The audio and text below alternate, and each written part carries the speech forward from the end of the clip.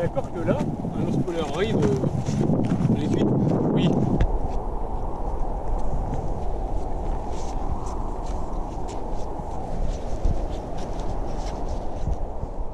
Une carte, vous êtes sûr? J'ai pas de référence pour une carte. D'accord, ok. Paris, ils en ont un. Il y a une carte dedans? On peut pas dire. Ok. T'as un livre qui s'appelle Svalbard. C'est une île au nord. Alors, qu'est-ce qu'il donne? Waouh. C'était le seul exemplaire, celui-là? Ouais. Mon Dieu. Il est en anglais. J'étais surtout venu voir s'il y a une carte. Non, là, quand je marque Spitzberg, mais... Je crois que ça part d'une blague à la base. Ouais, c'est un ami qui m'envoie un lien en me disant « Tiens, c'est pour toi l'aventurier ».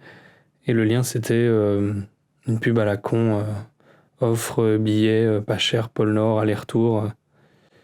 Et donc évidemment, je prends ça très au sérieux et je me dis appelons Max. Ça m'a tout de suite assez intéressé et en même temps un peu effrayé, donc je n'étais pas forcément partant tout de suite. Je lui renvoie le lien en lui disant allez, c'est parti quoi. Et je crois qu'en 24 heures, on s'est retrouvé de un peu du fantasme à ok, on prend les billets, on part. Genre voilà, ici ça c'est typiquement le truc dangereux, on sait pas du tout si on va tomber ou pas. Commence fort ce périple. Yes. 12 heures. Ça fait 2 heures qu'on est parti de Longyearbyen.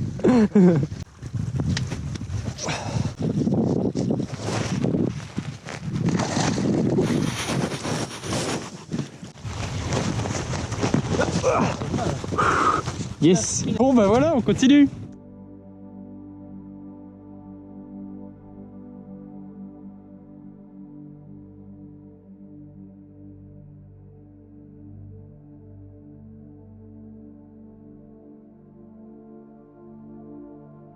On remarque facilement le sol sur lequel on peut marcher, le sol on peut pas marcher. Par exemple ici on peut très bien marcher. Là par contre, ah non plus. Est-ce que je suis au paradis ou en enfer? Ça dépend si tu arrives à trouver quelle serviette est la plus moelleuse. Celle-ci. Oui. J'étais à ce moment-là loin d'imaginer à la fois les moments de peur et de doute et surtout de regret de m'être lancé dans l'aventure que j'allais vivre, mais surtout loin d'imaginer la beauté de cet endroit et à quel point ce voyage me transformerait.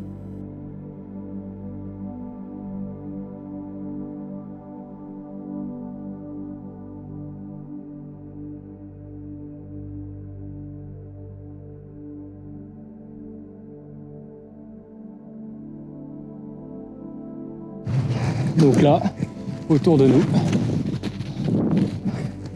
il n'y a rien du tout. Bonsoir. Petit camp de mineurs des années 40. Maxime, tu fais sortir toute la chaleur, enfin. Ta gueule. Au foyer. On pense que c'est ici, là, par là. Longyearbyen est là. On a fait ça. Ça s'attaque, on pense que c'est là.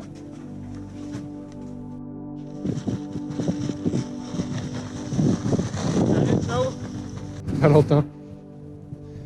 C'est lui qui me sert de guide et de protecteur.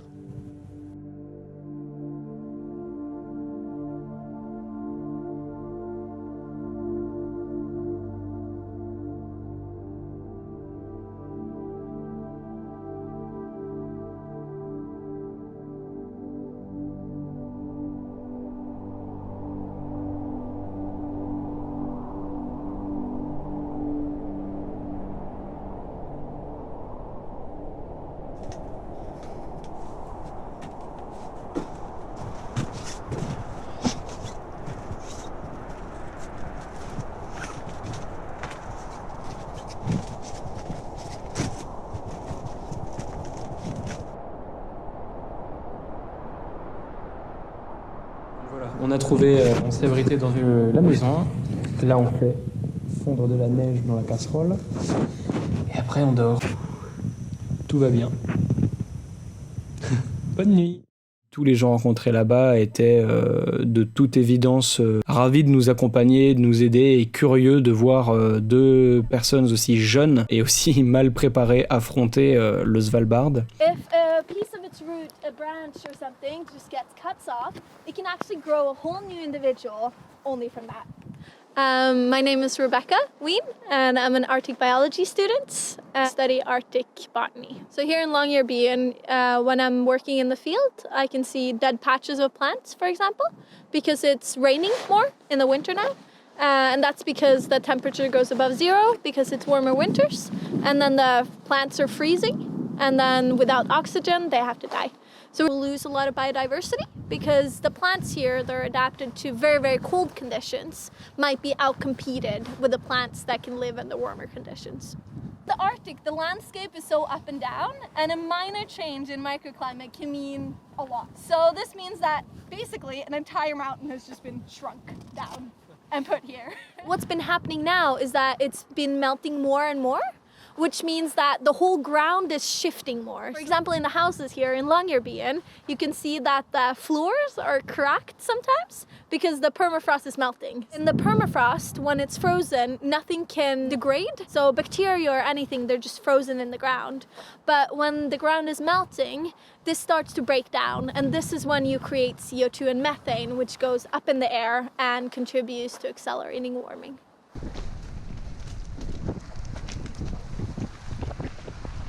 Le programme proposé par Valentin, c'était de découvrir la ville de Longyearbyen en arrivant et recenser là-bas des témoignages des habitants, également des scientifiques ou des voyageurs. Oui, j'aime ça. Je dors là, Valentin. D'accord. Pour comprendre, avec leurs observations et leurs témoignages, le réchauffement climatique. Ce qu'on voulait observer et comprendre, c'était comment cela impactait l'endroit, à la fois les paysages, la faune, la flore, mais également quel était le sentiment que cela provoquait chez les locaux.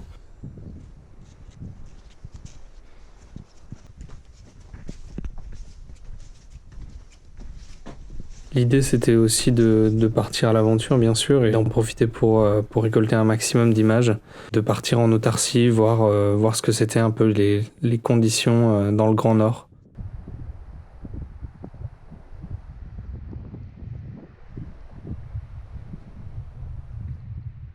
Je redoutais particulièrement ce trek, évidemment, puisque au bout d'une journée de voyage, eh bien, nous ne pouvons plus faire demi-tour dans le sens où, il est trop tard pour renoncer. Maintenant, nous dormirons à la Belle Étoile ou nous ne dormirons pas.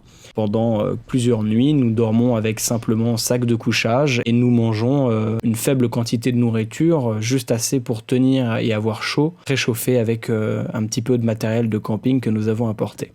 Finalement, ça s'est beaucoup mieux passé que prévu. Quand on voit la galère que ça a été le dernier jour, on se rend compte qu'on a eu beaucoup de chance avant de tomber sur toutes ces cabanes. Bon, c'est une petite maison tout confort, avec son poêle et son bois, des lits, une table.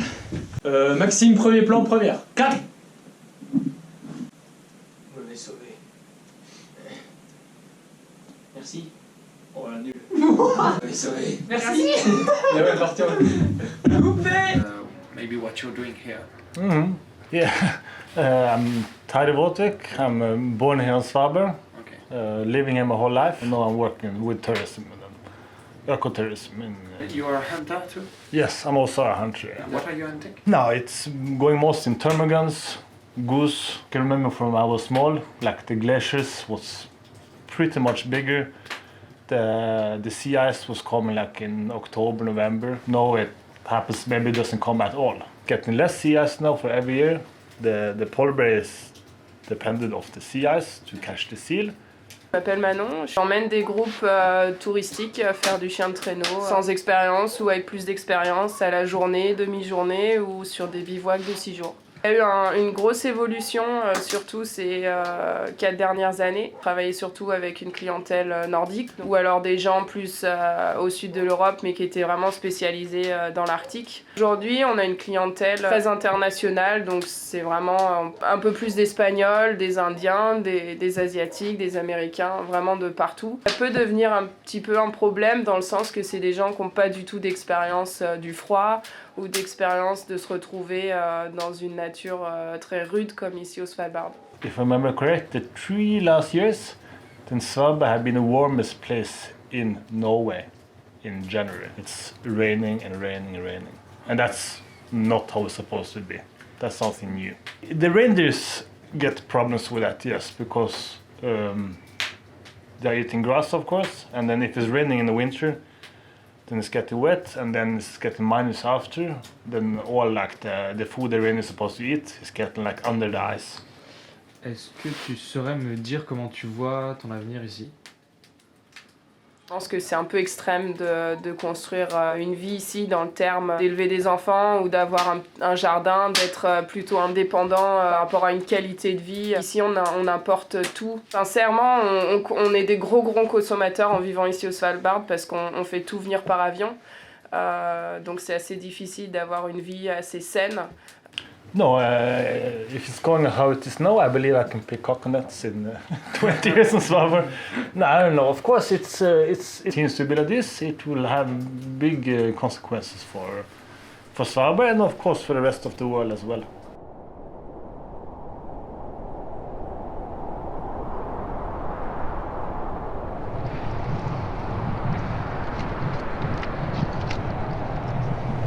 On se dirige vers Barentsburg.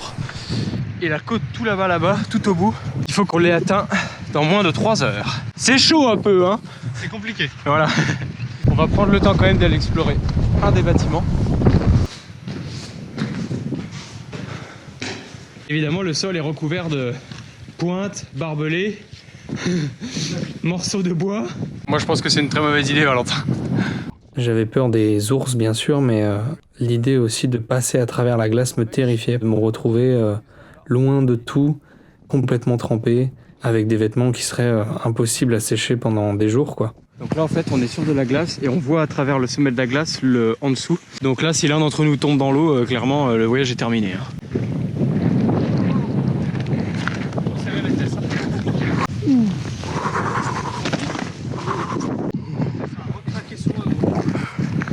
Dépêche-toi, viens. Oh putain. Il faut qu'on atteigne le point qui est là-bas, c'est le bout de la côte, il faut qu'on l'ait atteint dans 1h30.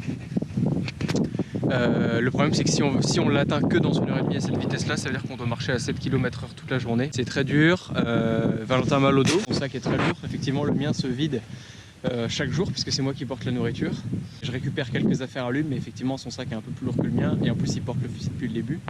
Là j'ai pris un peu le fusil et c'est très encombrant, le fusil c'est vraiment une horreur. Valentin, t'as retrouvé tes gants? Oui. Et qu'est-ce que t'as à la main? Je me suis cassé la gueule.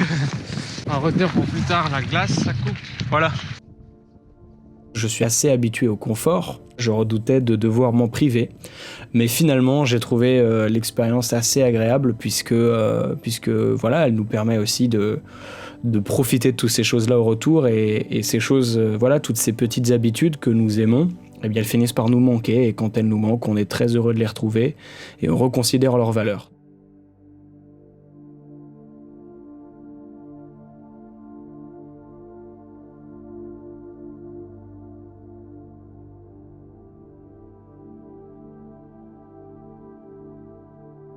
Nous avons trouvé une petite cabane très mignonne avec des lits superposés, des très gros fauteuils et de l'eau.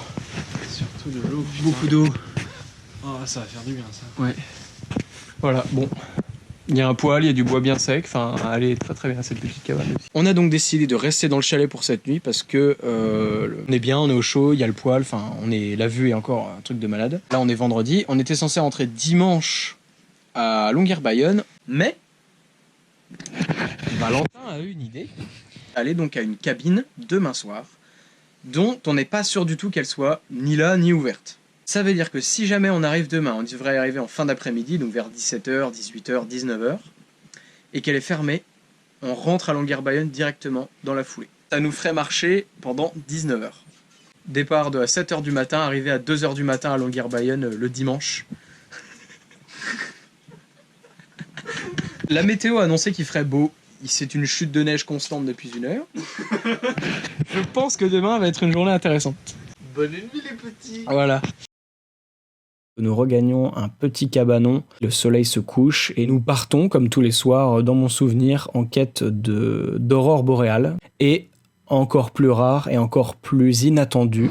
Est-ce que ça tourne? Oui, ça tourne. Il est 20h30, on est venu regarder un peu la mer et tout d'un coup, Je lui montre le ciel. Et là, qu'est-ce qu'on a vu, Valentin? Clairement un météore. Météore couleur de la queue verte qui a traversé le ciel et qui est rentré dans les nuages, qui vient de s'écraser sur le 80e parallèle vers l'ouest. C'est magnifique. Très très beau. Magnifique. Mieux que les aurores boréales. Oui. Oh, mon Dieu.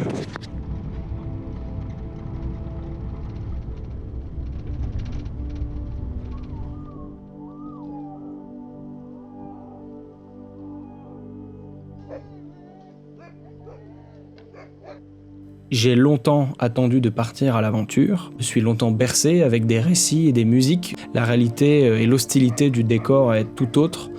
Tant que le corps n'est pas mis à l'abri, l'esprit a beaucoup de mal à s'évader. À partir du moment où on sait que voilà, on va dormir au chaud et qu'on a de quoi manger, eh bien ça suffit en fait à se mettre en sécurité. Et à partir de là, on peut commencer à rêver et à partir de là, on peut commencer à véritablement apprécier ce qui nous entoure. En fait, il suffit effectivement de peu de choses, mais que ces choses sont essentielles.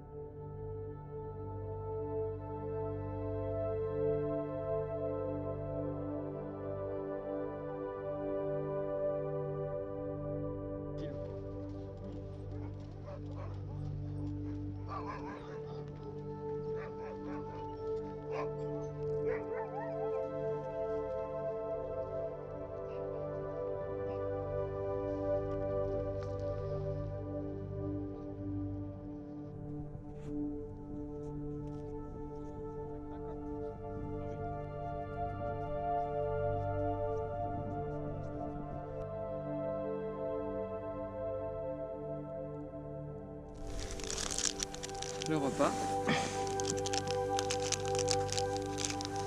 La distraction. Même après 400 générations dans les villages et les villes, nous nous rappelons encore. La route inexplorée nous appelle doucement, comme une chanson d'enfance qu'on n'oublie jamais. Nous explorons des lieux lointains avec une certaine romance. Cette attraction, je le suppose, a été façonnée méticuleusement par la sélection naturelle comme un élément essentiel à notre survie. Les longs étés, les hivers doux, les récoltes riches, le gibier abondant, rien de tout cela ne dure éternellement.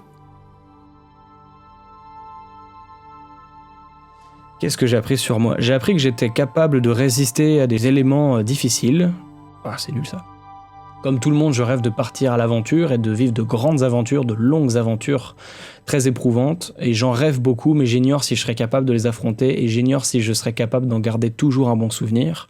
J'ai aimé découvrir ça sur moi, sur ma capacité à endurer cette chose et à endurer un voyage, endurer voilà, des épreuves. Bon, on l'a trouvé, c'est celui-ci, mais il est fermé. Il est fermé, bien verrouillé.